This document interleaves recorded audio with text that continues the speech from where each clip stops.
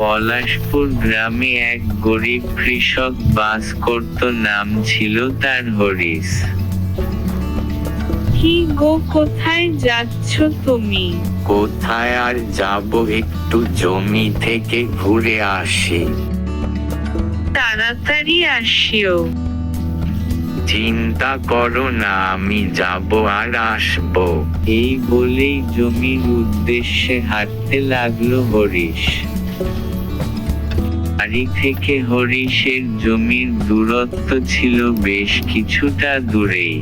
এদিকে আবার সন্ধ্যা হয়ে আসছিল, তার উপর আকাশটাও ভালো মনে হচ্ছিল না, বৃষ্টি নামবে।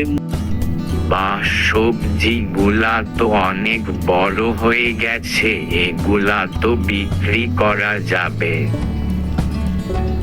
রাত হয়ে গেছে, আজ বাড়ি যায়, বৃষ্টি নামবে মনে হয়, আকাশে বিদ্যুৎ চমকাচ্ছে।